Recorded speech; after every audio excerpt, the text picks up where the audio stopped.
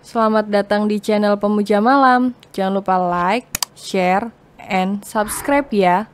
Terima kasih.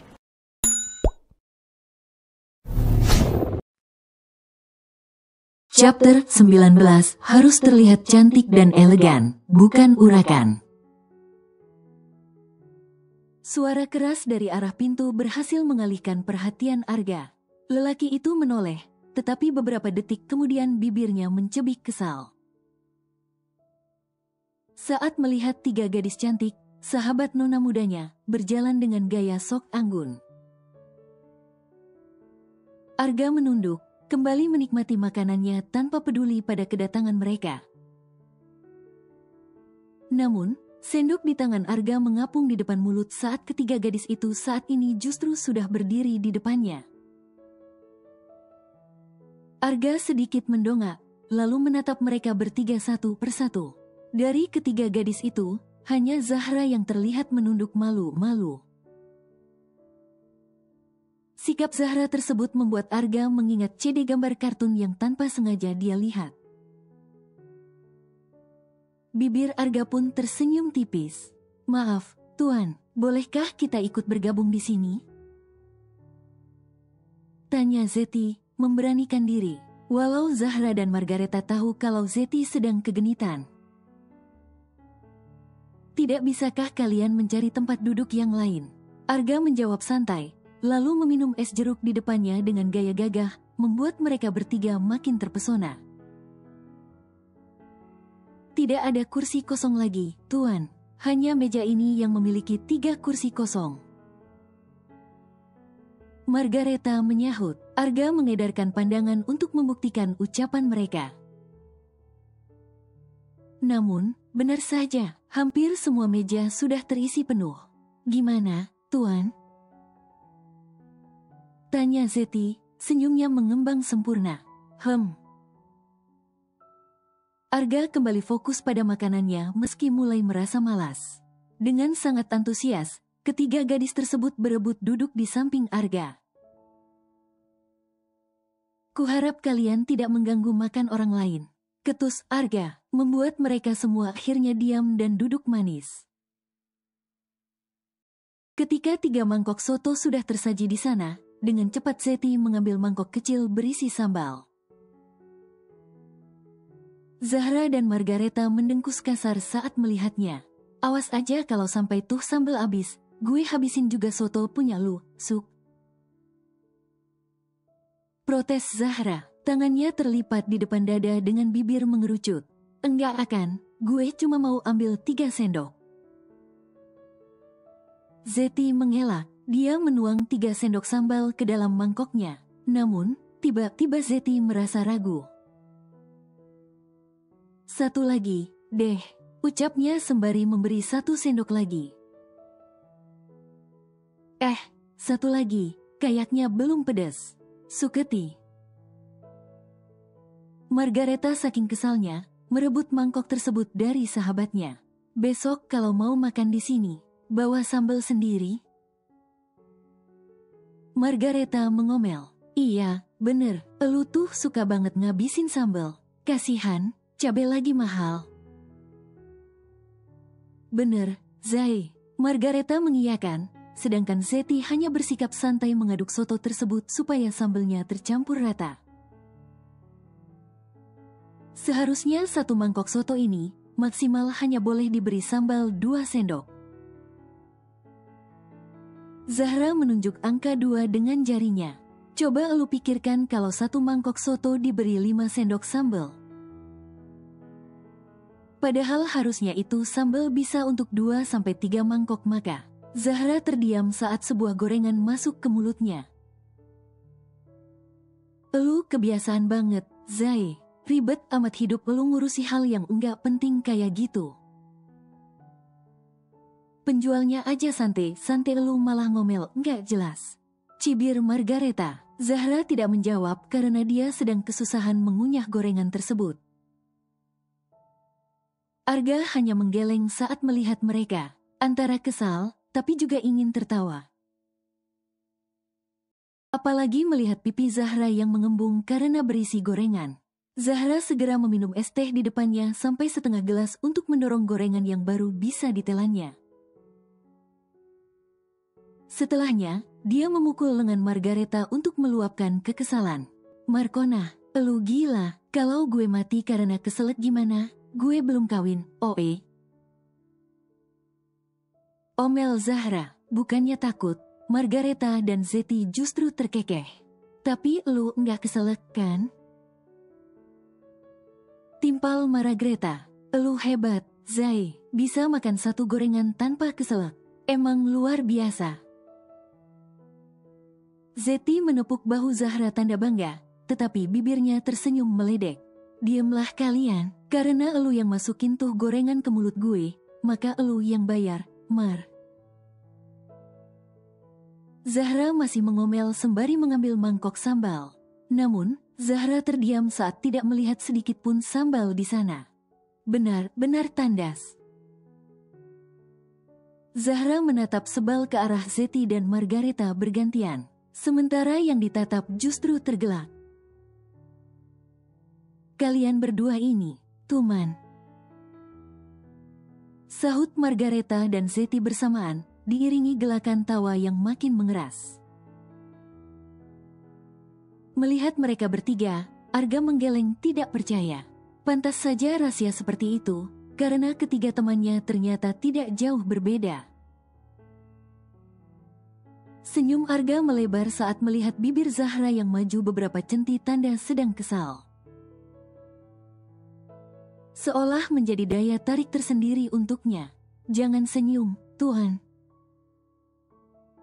Ucapan Zahra membuat senyum di bibir Arga memudar seketika, berganti dengan decakan lidah yang terdengar sampai ke telinga Zahra.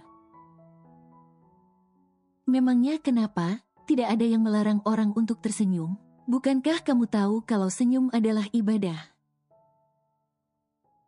Arga menimpali dengan sedikit ketus.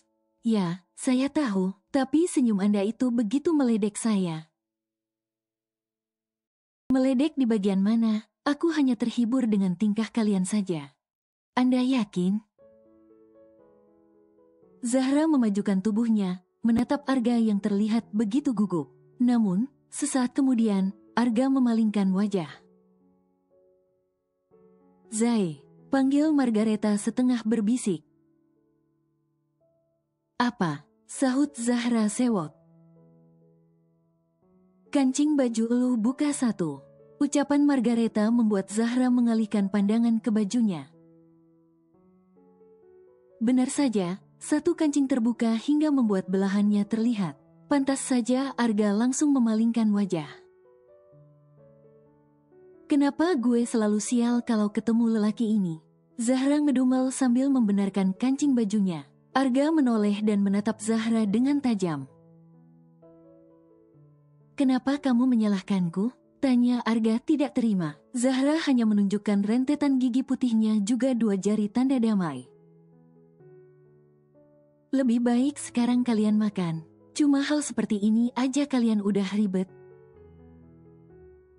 ucap Arga. Ketiga gadis itu pun diam karena jika mereka menimpali lagi, yang ada tidak akan ada habisnya. "Gue kok kangen kurap, ya." Ucapan Zeti menghentikan gerakan mereka sesaat yang sedang mengunyah makanan. "Sama, gue juga kangen sama tuh anak. Woi." Mereka mengalihkan pandangan setelah mendengar suara yang tidak asing, begitu melengking. Keempat orang itu terkejut melihat rahasia yang sedang berjalan dengan anggun disusul Pandu di belakang. Arga menatap tidak percaya. Bahkan dia sampai mengucek mata. Selama dia menjadi asisten Pandu, baru kali ini lelaki itu melihat seorang Pandu Nugraha Andaksa masuk ke warung biasa seperti ini. "Kurap!" teriak ketiga sahabat rahasia hingga perhatian seluruh pengunjung tertuju ke arah mereka. Rahasia hendak berlari mendekat, tetapi Pandu segera menahan lengan gadis itu. "Jangan berlari-lari, kamu bukan kelinci." Ketus Pandu. Rahasia tersenyum lebar lalu mencium pipi Pandu tanpa malu. Pandu menggigit bibir untuk menahan senyumnya.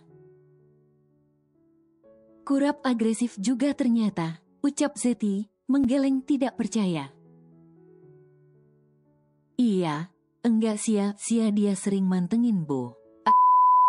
Ucap Margareta tanpa sadar. Dia meronta saat Zahra sudah membekap mulutnya. Sedangkan Arga tertegun mendengar ucapan Margareta barusan. Gila, gue hampir kehabisan napas. Margareta menghirup napas dalam-dalam untuk mengisi paru-parunya yang hampir kosong. Lu kenapa, Mar? Tanya Rasya saat sudah berdiri di tempat mereka. Enggak apa-apa, Margareta berkilah. Selamat datang, Tuan Muda. Arga bangkit berdiri, bibirnya terlihat sekali sedang menahan tawa. Pandu tidak menyahut, hanya melirik sekilas. Pandu yakin kalau Arga sedang tertawa puas di dalam hati saat ini. Melihat kedatangan pemimpin Ats Group, pemilik warung soto tersebut terperangah. Dengan tergopoh-gopoh dia berjalan mendekat sambil menenteng 2 buah kursi plastik. Tuan Pandu, sapa penjual tersebut hormat. Rasya yang melihat Pandu diam saja, dengan gemas menarik kedua sudut bibir suaminya supaya tersenyum. Jangan lupa senyum, Om. Rasya mendengkus malas. Pandu pun memaksakan senyumnya, dengan tangan melingkar di pinggang Rasya tanpa sadar. Suatu kehormatan bagi saya karena kedatangan seorang pemimpin Ats Group. Silakan duduk, maaf hanya ada kursi plastik. Lelaki itu mengusap kursi yang baru dibawanya tadi. Rasya pun mengajak Pandu duduk, lebih tepatnya memaksa. Pak, soto seperti biasa. Rasya memesan. Penjual itu mengangguk hormat. Woi, kenapa kalian bengong gitu? Rasya menyadarkan ketiga sahabatnya. Ra, gue masih belum percaya kalau lu sekarang adalah seorang nona muda. Ucap Zeti, dengan gaya angkuh Rasya mengibaskan rambut ke belakang. Hahaha, gue juga enggak ngangka. Rasya tergelak sendiri, sedangkan Pandu memijat pelipisnya. Menghadapi Rasya saja butuh kesabaran penuh. Apalagi ditambah dengan teman-temannya yang hampir sama seperti istrinya. Ga, sepertinya aku harus sering sedia obat sakit kepala mulai sekarang. Pandu bergumam lirih. Arga tersenyum lebar lalu menepuk pundak Pandu. Yang sabar ya, bos. Awas kamu, Ga. Rasya menuangkan 2 sendok sambal ke mangkok Pandu. Walau merasa enggan untuk makan, tetapi Pandu tetap memaksa karena tidak mau istri kecilnya marah. Sementara Rasya dengan begitu bersemangat menyantap kuah yang bahkan masih mengepulkan asap panas. Yang membuat Pandu dan Arga heran adalah Rasya yang memesan 2 mangkok hanya untuk dirinya sendiri. Kamu yakin bisa menghabiskan soto ini? Pandu menggeleng melihat cara makan Rasya seperti orang yang sedang kelaparan. Tenang saja, Tuan, Rasya udah jagonya. Justru Zahra yang menjawab karena Rasya sedang sibuk mengunyah. Ra, elu bisa makan lebih anggun lagi enggak sih? Elu tuh seorang nona muda yang harus terlihat cantik dan elegan, bukan urakan gini. Bisik Zeti memberi nasihat. Rasya pun memelankan kunyahannya dan mencoba terlihat anggun. Bahkan gerakannya begitu lambat seperti Putri Solo. Ketiga sahabat Rasya pun tak kuasa menahan tawa, sedangkan Pandu justru mengusap rambut istrinya diiringi senyuman tipis. Jadilah dirimu sendiri. Keluarga Andaksa tidak pernah menuntut anggota keluarga yang lama atau baru untuk bersikap anggun. Yang penting mereka bisa tahu bagaimana cara menjaga nama baik. Pandu berkata lembut. Tatapan Rasya beralih ke arah suaminya yang sedang tersenyum lebar. Jangan senyum, Om, jelek. Kata Rasya yang mampu membuat senyum di bibir Pandu memudar seketika. Wajah Pandu tampak begitu datar karena merasa kesal dengan istrinya. Ngambek, tanya Rasya menggoda. Pandu tidak menjawab, hanya memalingkan wajah menghindari tatapan Rasya. Jangan ngambek, sih, Om. Aku cuma enggak mau kalau kamu tersenyum terus ketiga cecunguk ini makin klepek-klepek. Pandu kembali menoleh dan termangu sesaat. Ketika melihat ketiga sahabat Rasya sedang memangku tangan dengan raut wajah seolah memuji dirinya. Tiba-tiba, tubuh Pandu merasa sedikit nyeri. Om. Mereka bertiga memanggil kompak, bahkan alisnya pun naik turun menggoda secara bersamaan. Astaga, Ra, kapan lu mau main ke kontrakan? Tanya Zeti penuh harap. Rasya mengelap bibir karena baru saja menghabiskan 2 mangkok soto tersebut. Kapan ya? Gue juga pengen banget tidur bareng kalian berempat. Anget, sahut Rasya. So, jangan ngadi-adi deh. Si Kurap tuh sekarang udah ada lakinya. Masa iya suruh tidur sama kita? Terus entar yang ngelonin lakinya Kurap siapa? Zahra mendadak kesal. Kelonin gue juga enggak apa-apa. Allahu Akbar. Zeti dan Margareta mengusap dada karena terkejut dengan suara gebrakan meja dari Rasya.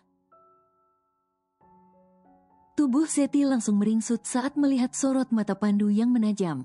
Gue bercanda, Ra. Zeti menangkup tangan di depan dada. Menunduk tanda meminta maaf. Gue juga bercanda. Rasya terbahak-bahak. Melihat wajah Zeti yang ketakutan mampu membuat Rasya tak kuasa menahan tawa. Kamu ini kenapa jahil banget sih? Pandu mencubit pipi Rasya saking gemasnya. Sakit, Om. Rasya merengek, membuat Pandu makin merasa gemas. Ga, kamu sudah bersiap-siap, setelah ini kita akan langsung ke bandara. Sudah, Tuan. Kalau begitu nanti kita berangkat bersama, kata Pandu. Arga menatap atasannya dengan penuh selidik. Anda juga akan ikut ke Amerika? Amerika? Pekik ketiga sahabat Rasya bersamaan. Suara mereka begitu memekik seolah akan memecahkan gendang telinga siapapun yang mendengarnya. Biasa aja keles. Rasya mengusap wajah Zeti yang paling dekat dengannya. Kurap, sewot Zeti kesal. Ra, lu mau ke Amerika? Tanya Zahra masih belum percaya. Rasya hanya mengangguk cepat. Lu nggak ngajak kita? Tanya Zeti.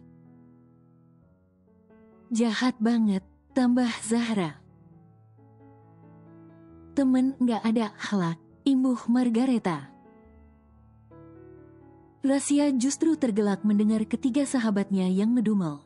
Kalian mau ikut? Tawar Rasya. Ketiga gadis itu mengangguk cepat. Emang boleh? Zahra menatap Rasya penuh harap. Boleh banget, tapi... Tapi apa? Potong mereka bertiga secara bersamaan. Tapi bayar sendiri, gue nggak ada duit. Rasya kembali tergelak melihat wajah kesal ketiga sahabatnya. Bohong banget, Ra. Laki elu, kan kaya. Laki gue yang kaya bukan gue. Lagian, gue aja sebenarnya ragu mau ikut ke Amerika. Kenapa? Kamu sudah janji bersedia bulan madu di sana. Sela Pandu ketus. Ketiga sahabat Rasya benar-benar merasa begitu iri. Iya, Om. Aku cuma masih ragu. Takut jet apalah itu namanya. Jet lag, Nona. Arga membenarkan. Aish, susah banget, intinya mabok. Rasya menghabiskan es jeruk miliknya. Ra, gue punya cara biar lu nggak mabok kendaraan. Cetus Zahra. Apa, minum antimo? tukas Rasya. Namun, Zahra menggeleng dengan cepat. Lalu,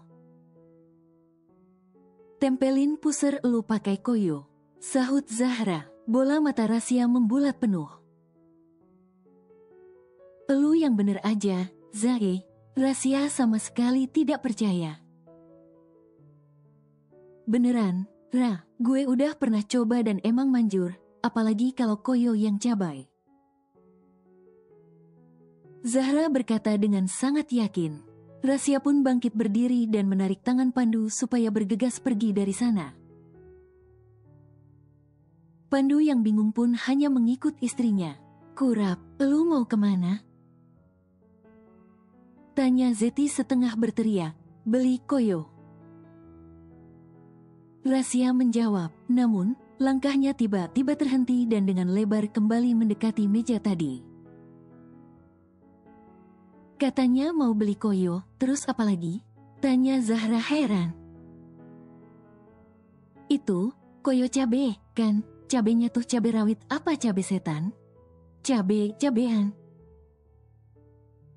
Sahut mereka bertiga kompak dengan penuh kekesalan. Lah, itu mah kalian bertiga. Di bandara mereka sudah berkumpul, termasuk Lisa dan Ferdinand yang ikut mengantar putranya. Terutama pengantin baru yang langsung berbulan madu. Ketiga sahabat Rasya pun ikut mengantar juga. Ra, selamat menikmati bulan madumu. Momi harap kamu pulang bawa kabar bahagia. Lisa memeluk menantunya dengan erat. Semoga, Mom. Rasya pun membalas pelukan ibu mertuanya, sedangkan Gea hanya menatap nanar ke arah dua wanita itu. Jujur, Gea merasa begitu iri melihat betapa Lisa sangat menyayangi Rasya dan bahkan memperlakukan seperti putrinya sendiri. Bayangan Gea melayang jauh, kelak jika dirinya menikah dengan Gilang. Akankah Lisa memperlakukan sama seperti apa yang wanita lakukan kepada Rasya? Jangan terlalu berharap lebih, Gilang saja belum tentu mencintaimu. Gea menggeleng, mengusir berbagai pikiran macam-macam yang begitu mengusik. Kamu kenapa? Tanya Gilang mengejutkan Gea. Tidak apa-apa, Lang. Aku hanya berpikir setelah sampai di sana. Pasti akan sangat rindu dengan negara ini dan entah kapan lagi aku bisa menginjakkan kaki di sini. Gea tersenyum kecut, mencoba tetap terlihat baik-baik saja. Namun, Gilang bukanlah lelaki yang tidak peka. Tangan Gilang merangkul pundak Gea yang membuat gadis itu terkejut. Dengan gerakan cepat Gea berusaha menepis. Tetapi Gilang seolah tidak gentar, tetap memegang bahu gadis itu untuk memberi ketenangan. Lang, lihatlah, dedimu menatap ke arah kita terus. Gea berbisik saat menyadari tatapan Ferdinand yang begitu tajam ke arahnya.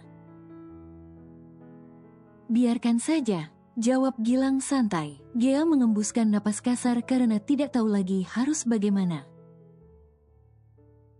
Dia hanya tidak ingin Gilang dan keluarganya bersitegang. Ternyata semua itu tidak lepas dari rahasia yang sudah melerai pelukannya dari tadi. Dia merasa pasti ada sesuatu yang terjadi ataupun rahasia di antara mereka. Karena yang Rasya lihat, Lisa tidak terlalu menyukai kehadiran Gea. Ra, jangan kangen kita, ya. Zeti, Zahra, dan Margareta memeluk Rasya dengan sangat erat. Pasti, mana mungkin gue kangen sama kalian yang sukanya bikin ulah. Timpal Rasya, tiga gadis itu mencebik. Tetapi dengan segera Rasya membalas pelukan mereka. Jangan lupa oleh-olehnya. Kalau bisa cowok cakep, boleh. Nah bener, yang tinggi, gagah, maco. Kalian bertiga mulutnya ngeselin banget, sih. Kalau ngomong udah kayak estafet. Sambung, menyambung, mengalir sampai jauh. Kata Rasya yang mengundang gelakan tawa. Satu lagi. Ra. Zahra menahan Rasya yang hendak melerai pelukan mereka. Apalagi, astaga kalian bener-bener cerewet. Rahasia ngedumel, tetapi mereka justru terkekeh. Ga. Sepertinya aku akan tinggal di Amerika saja kalau di sini aku seperti angin lalu. Sindir Pandu. Rahasia pun memaksa pelukan itu supaya terlepas lalu beralih merangkul lengan suaminya. Bilang aja kamu cemburu, Om. Goda Rahasia, tetapi Pandu justru memalingkan wajah. Aku ini suamimu bukan om kamu. Pandu benar-benar kesal. Terus kamu mau dipanggil apa? Suamiku, Bebep, Cinta, Huni, Buni, Sweti. Rahasia terkikik sendiri, sedangkan Pandu bergidik membayangkan Rahasia benar-benar memanggilnya seperti itu. Yang ada dia akan kehilangan wibawa sebagai seorang CEO. Aku tidak mau dipanggil sealai itu. Tolak Pandu. Lalu, bukannya menjawab, Pandu justru menggendong Rahasia untuk masuk ke pesawat. Rahasia awalnya hendak meronta karena malu. Namun, Pandu berpura-pura akan terjatuh hingga secara refleks Rahasia melingkarkan tangan di leher Pandu. Tanpa Rahasia sadari, bibir Pandu sudah tersenyum tipis. Pesawat sudah mengudara, dan selama dalam penerbangan Rahasia merasa begitu bahagia bisa melihat pemandangan dari atas. Maklum, baru kali ini dirinya melakukan perjalanan lewat udara. Pandu yang duduk di sebelah Rahasia hanya tersenyum melihat istrinya yang kelihatan kampungan, tetapi sangat menggemaskan. Kamu suka? Tanya Pandu. Rahasia menoleh sekilas lalu kembali menatap keluar jendela. Sangat, Om. Pandu merangkul pundak Rahasia lalu menyandarkan kepala gadis itu di dada bidangnya. Ra, maukah kita sama-sama berjanji mulai saat ini akan mulai belajar saling mencintai? Suara Pandu terdengar berat. Aku akan berusaha, Om. Rahasia menjawab yakin. Pandu pun mengaitkan jari kelingkingnya dengan Rahasia. Rona kebahagiaan tampak terlihat jelas dari gurat wajah mereka berdua. Rahasia memejamkan mata, merasakan betapa nyamannya bersandar di dada Pandu. Dengan penuh sayang Pandu mendaratkan ciuman di puncak kepala istrinya. Rahasia membuka mata lalu sedikit mendongak untuk menatap Pandu. Om, tahu nggak awan apa yang bikin aku bahagia? Mana ku tahu, sahut Pandu sedikit ketus. Lelaki itu sedang berusaha untuk menahan hatinya. I wanna be with you. Astaga, mulutmu gombal sekali. Pandu mencubit pipi Rahasia saking gemasnya. Dia menggigit bibir bawahnya untuk menahan senyumnya yang hendak mengembang. Sekali-kali balas dong, Om. Rahasia cemberut.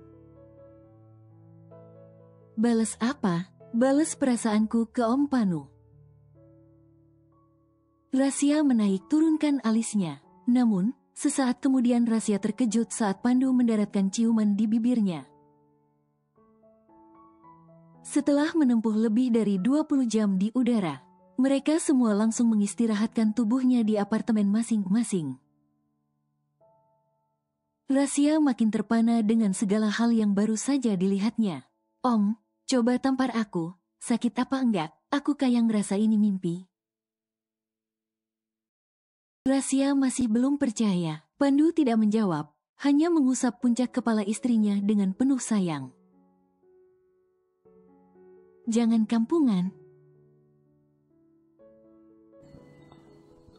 Bersambung.